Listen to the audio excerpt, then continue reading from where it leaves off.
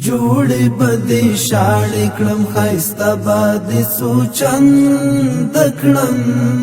ملي تدارکاتو کمیسیون د شاوخوا 5 میلیارډو افغانیو په ارزښت پروژې منظورې کړې. د ریاست الوزرا اقتصادي مرستیال محترم ملا عبدالغني برادر اخوند په مشرۍ ملي تدارکاتو کمیسیون د شاوخوا 5 میلیارډو افغانیو په ارزښت د 11 پروژو قراردادونه منظور او د 9 هغو تعدیل کړل. د ملي تدارکاتو کمیسیون نوبتي غونډې ته چې د روان 1403 لمریز کال د اسد میاشتې په 11 نیټه په مرمرینه ماڼۍ کې جوړه شوې وه، له اجنډا سره سم 40 پروژې د منظورۍ لپاره وړاندې شوې چې له جملې د 11 پروژو قراردادونه منظور، د 9 تعدیل، د 1 لغوه او د 1 پروژې د قرارداد د قیمت په اړه ټاکل شوې کمیټې ته دنده وسپارل شوه، څو له قراردادي شرکت سره بیا ځلې مذاکرات ترسره او خپل راپور د ملي تدارکاتو کمیسیون مشرتابه ته وړاندې کړي. په منظور شوو او تعدیل شوو پروژو کې په بادغیس ولایت کې د آبګردان ذخیروي بند د پاتې چارو بشپړول، د نغلو برېښنا د تولیدي فابریکې د یو توربین بیا رغونه،